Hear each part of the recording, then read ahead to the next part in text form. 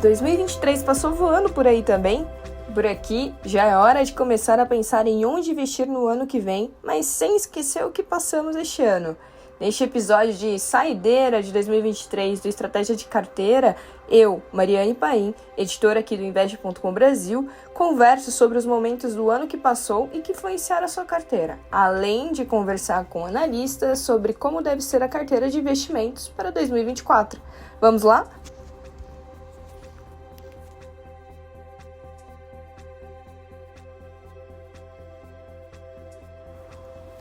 Para essa retrospectiva e considerações para o ano que vem, contamos com as análises de Lucas Serra, analista da Toro Investimentos, Jane Lee, estrategista da XP, Sabrina Loureiro, especialista da Nômade, André Franco, analista de criptomoedas do mercado Bitcoin, e Rodrigo Cabraitz, gestor de portfólio da principal Claritas.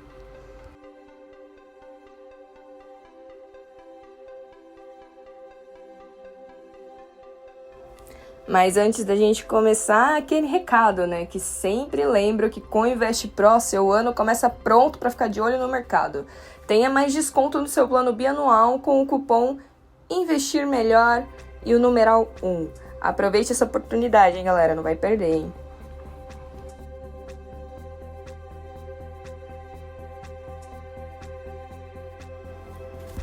Mas recapitulando por aqui.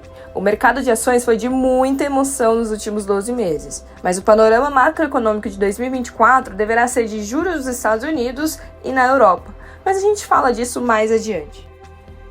Já no Brasil, o destaque é para ela, a Selic. Ela deve seguir o ciclo de queda, viu? Após alguns anos de altas taxas de juros, 2024 vislumbra como um período de maior estabilidade para as principais economias. Lucas Serra, da Toro, diz que 2023 foi de cautela e conta quais foram algumas das apostas da casa. Aqui no Brasil, por sua vez, a gente começou o ano com uma postura um tanto quanto cautelosa. A gente teve a mudança do governo, né? Saindo o governo Bolsonaro, entrando o governo do Lula.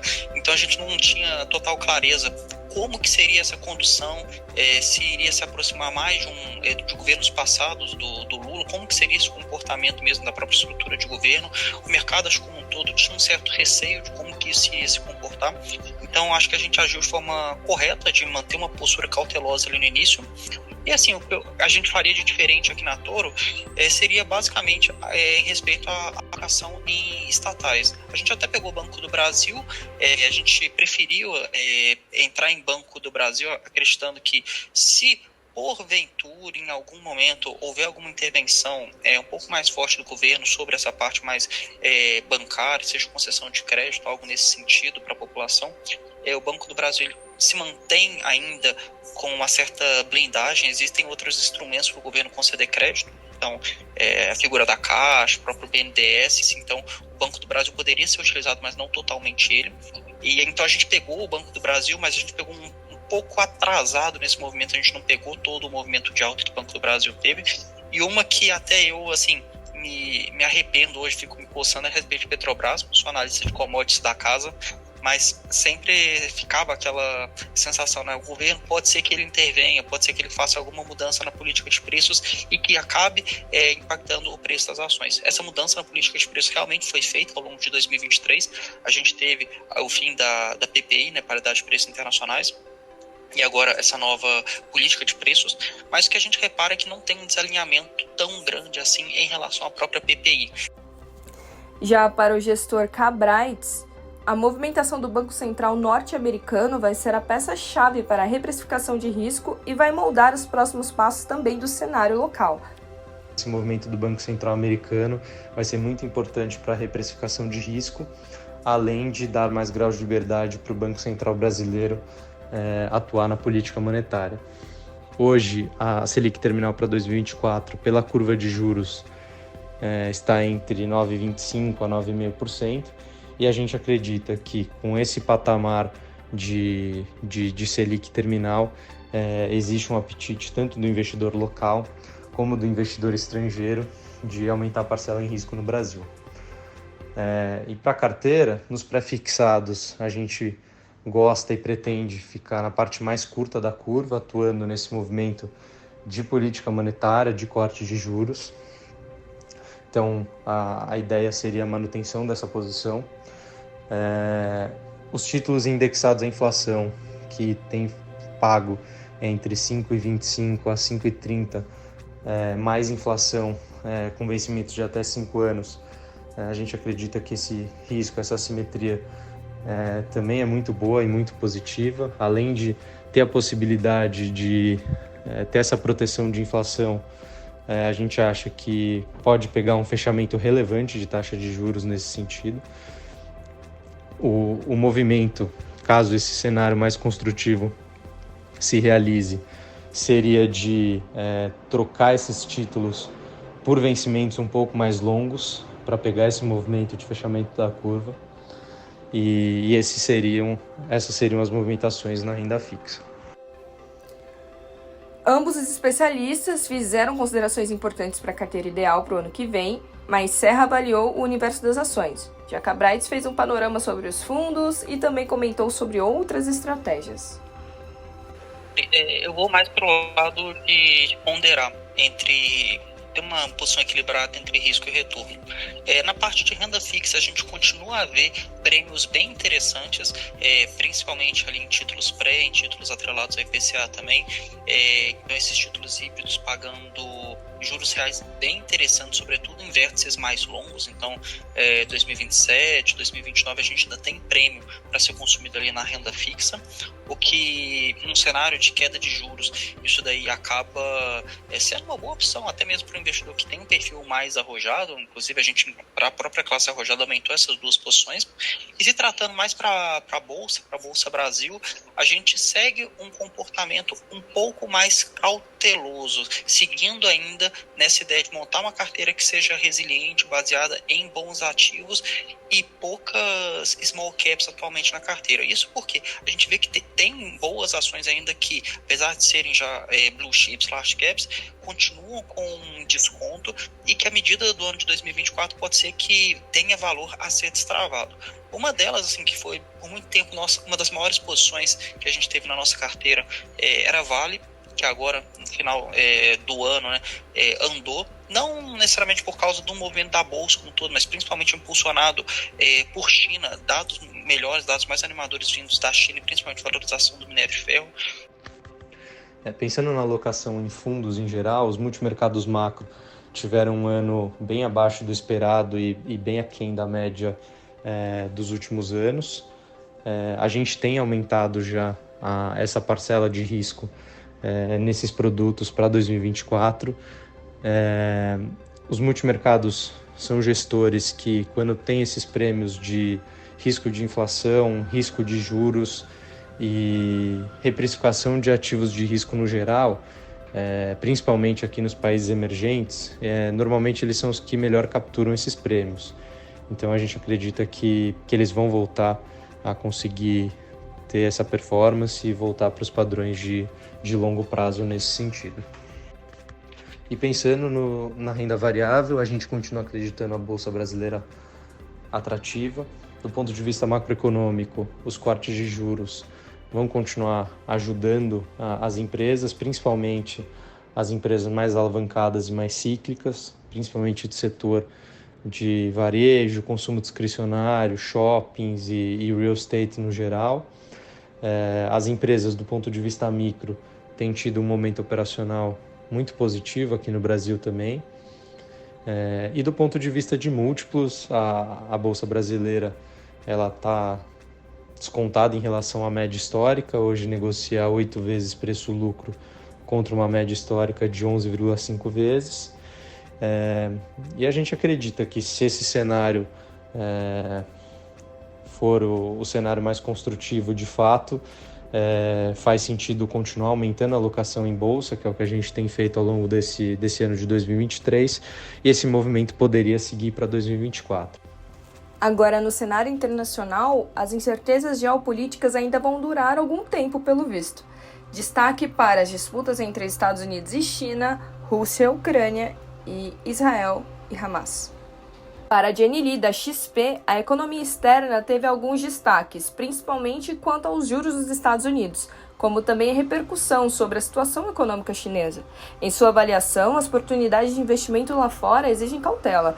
O que ficou diferente quando se fala dele, o Brasil? O mercado estava esperando que os Estados Unidos fossem entrar numa recessão econômica, o que acabou não acontecendo, né? A gente começou a ver realmente um desaquecimento da economia.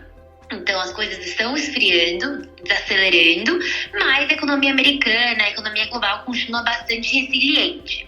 E essa visão um pouco mais cautelosa em relação à economia também, né, justificava uma visão mais cautelosa em relação ao mercado americano, principalmente bolsa, né? E o que aconteceu foi que os principais índices tiveram uma forte alta. Então, o S&P 500 subiu 19% no ano, porém muito puxado por Big Techs. A Nasdaq subiu mais de 40% no ano. É uma mistura também de economia, mistura de investidores saindo muito machucados de investimentos chineses nos últimos anos, falta de confiança. Então, assim, é uma mistura de fatores que fez com que os mercados não se animassem muito, né? Os mercados chineses não foram muito animadores. Riscos de uma desaceleração econômica mais forte nos Estados Unidos continua, né? Essa conversa de recessão, né, mais provavelmente foi adiada para o ano que vem, né? Se não entrar numa recessão, minimamente a gente vai continuar vendo uma economia, né, mais frágil para o ano que vem, como resposta a esses juros muito altos lá nos Estados Unidos. Então isso, pelo menos uma carteira, por exemplo, internacional, uma carteira americana, acho que ainda exige aí uma carteira mais defensiva, tá? Então, a gente continua olhando com cautela para a ação americana, a gente prefere setores mais resilientes, setores mais defensivos, então ainda sem tomar muito risco.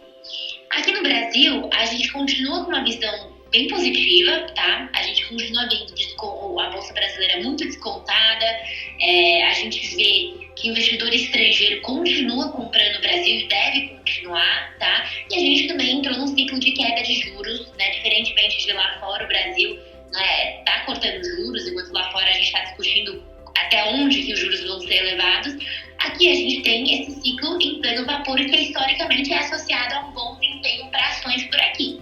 Então, a visão para o Brasil é otimista, mas dado o cenário macro global, né, que continua com essas preocupações de recessão nos Estados Unidos, a China ainda, né, a gente não sabe se eles vão colocar estímulos suficientes no ano que vem, e também domesticamente a gente tem todas as discussões fiscais, né, que continuam, por exemplo, meta, não meta, reforma tributária, então ainda tem algumas incertezas. A gente acha que ainda não é necessário ficar tomando muito risco em ações que são muito sensíveis a juros, que são exatamente as ações que tiveram muita volatilidade ao longo dos últimos meses, né? Então, em momentos em que a gente tem um sentimento maior de aversão a risco global, esses papéis sofrem mais. A gente vê ainda bastante valor em empresas de qualidade, empresas que são large caps e que potencialmente ainda acho que tem bastante oportunidade nesse espaço, versus ter que tomar mais risco aí em small caps ou risco em papéis que são muito sensíveis a juros, tá? Já para Sabrina, Nômade vê o investimento no exterior como uma estratégia de proteção para as carteiras dos clientes, algo a longo prazo. Na verdade, o investimento internacional, a gente entende aqui na Nômade como um investimento de longo prazo, como uma estratégia de proteção para as carteiras dos brasileiros. Então, tem uma parte do investimento dolarizado numa economia mais madura, numa economia mais segura, né, com instituições mais seguras como a americana, para a gente é visto como proteção. E a gente trabalhou muito produtos de renda fixa ao longo desse ano, por conta do cenário mesmo que está acontecendo no mercado americano. Para o ano que vem, a gente não espera que os juros vão cair com muita rapidez ao longo do ano que vem, mas a gente já consegue ter um cenário muito mais otimista do que o que a gente tinha em 2023. Então, o mercado americano deve continuar crescendo, a alta dos juros ela deve prevalecer durante boa parte do ano que vem, mas a gente já vê alguns investidores pensando em alongar, né? Antes a gente estava falando muito de investimentos de renda fixa de curto prazo, por não ter uma visão tão clara do cenário internacional, se iam ou não iam conseguir segurar a inflação, se esses juros ia precisar subir muito mais do que já subiu. E hoje a gente consegue ter um pouquinho pouquinho mais de confiança em que os juros não devem subir tanto. Pelo contrário, a gente pode ver até quedas de juros e a gente vê o mercado americano de bolsa performando por conta que não vai haver uma recessão, né? O que a gente não espera que aconteça uma recessão, e a gente consegue ver também uma possibilidade para os investidores de renda fixa que quiserem começar a alongar um pouco as suas carteiras para se beneficiar dessa alta dos juros, né? Travar por mais tempo uns juros altos, já que lá a gente está falando do mercado majoritariamente pré-fixado. A tecnologia também foi além e a inteligência artificial é uma das apostas da Nomad para o ano que vem. Quando a gente olha para o mercado internacional, durante muito tempo a gente estava over-allocated na parte de renda fixa. Eu acho que a gente continua com um call muito forte em renda fixa. Eu acho que renda fixa ainda vai performar super bem no mercado americano, no mercado internacional como um todo. As taxas de juros tão altas, então a gente pode se beneficiar disso. Você vê que os ETFs que mais cresceram foram ETFs de renda fixa. Teve um ETF de renda fixa que está com recorde de Asset Under Management, ou seja, não somos só nós, acho que todo o mercado, todo mundo está olhando para isso. Então, o mercado americano mesmo, muitos investidores tradicionais de bolsa estão colocando uma parte relevante do seu portfólio em renda fixa, mas eu acho que a gente não deve esquecer da bolsa. Se você olhar para a Bolsa de Valores americana nos últimos 100 anos, olhar a performance, sei lá, de um índice, o S&P 500, que é um índice grande e respeitado internacionalmente, a gente vê que esse índice só cresceu. Tem momentos de correção, mas se você traçar uma linha, ele é para cima. Então, para o investidor de longo prazo, ter uma parte do seu patrimônio em bolsa é muito interessante, ainda mais numa bolsa grande e representativa como é a americana, né? A gente está vendo agora o advento da inteligência artificial, né? Acho que todo mundo já está começando a ter contato com essa inteligência artificial, e a inteligência artificial é uma grande aposta da Nomad para o ano de 2023, ano de 2024. A gente acha que a inteligência artificial ela pode ser disruptiva para várias indústrias, não só para a indústria de tecnologia. Então aí entram todas as empresas de tecnologia ou empresas que trabalham para a tecnologia, que vão entrar nessa cadeia da inteligência artificial, mas também empresas de outros setores que podem se beneficiar da inteligência artificial. Do outro lado da moeda, a gente tem as criptomoedas, com investidores ainda mais otimistas em relação às tendências para elas diante de um avanço recente. Há diversas teses que devem nortear o ecossistema no próximo ano.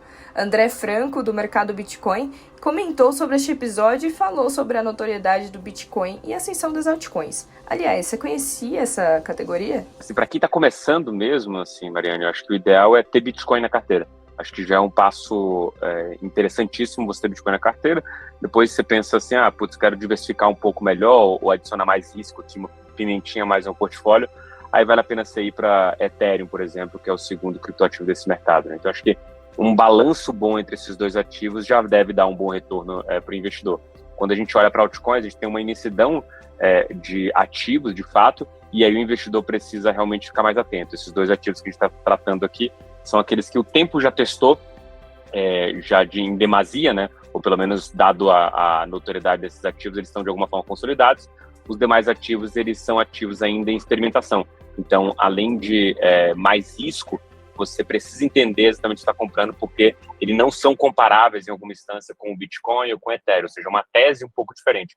É basicamente como se você estivesse pensando, estou comprando empresas de internet. Não, você está comprando um Google, um Facebook, são modelos de negócio extremamente diferentes e que você precisa entender cada caso para saber o que você está colocando seu dinheiro. O ano de 23 é como se fosse o ano de 2019, em que o Bitcoin dobrou de preço. O ano de 24 como se fosse o ano de 2020, que é o ano do halving, que também é drive de preço. A expectativa é muito positiva, e para as altcoins a expectativa ela é até melhor logo depois que aconteceu o halving. Então, se a gente estiver pensando que o halving vai acontecer ali em abril, a gente está falando que de abril até o final do ano deve ser um ano em que as altcoins vão se valorizar bastante. Eu estou bem debruçado sobre a tese de jogos de cripto. Eu acho que é uma tese que vai ter uma nova rodada de crescimento.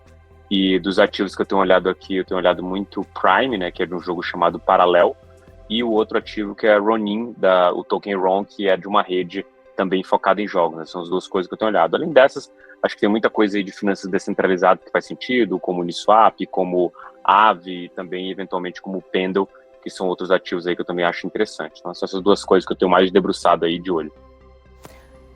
Aqui fica um recado importante, hein? É sempre bom lembrar da importância de se compreender sobre a volatilidade quando o assunto é criptomoedas. André Franco explica um pouco sobre ela. 2021 traumatizou muitas pessoas, assim, acho que a gente teve lançamento de produtos aqui no Brasil que chegaram num momento ali muito de euforia do mercado e logo depois essa queda acabou abraçando todo mundo que comprou naquela euforia. A lógica aqui por trás do investimento em cripto é você fazer compras recorrentes. Esse é o jeito mais tranquilo de você investir numa classe de ativos muito volátil, né? Você compra, decide o quanto você quer aportar e compra mês a mês uma quantidade fracionada desse total. Ao longo de 12 meses você consegue acumular ali o dinheiro todo que você queria investir e sem depender de oscilação de preço ou ficar um torcedor, já que você sempre está comprando. Se subiu é legal, porque você já tem dinheiro guardado dentro desses ativos. Se caiu, você consegue comprar relativamente mais barato a compra anterior. Então é sempre uma lógica desse jeito que faz com que você consiga construir patrimônio nessa classe de ativos. E aí, depois de todo esse panorama, você já está pronto para os negócios do ano que vem? Não esqueça que com o Investing Pro, as oportunidades estarão sempre no seu radar. Eu vou ficando por aqui e nos vemos em 2024. Tchau!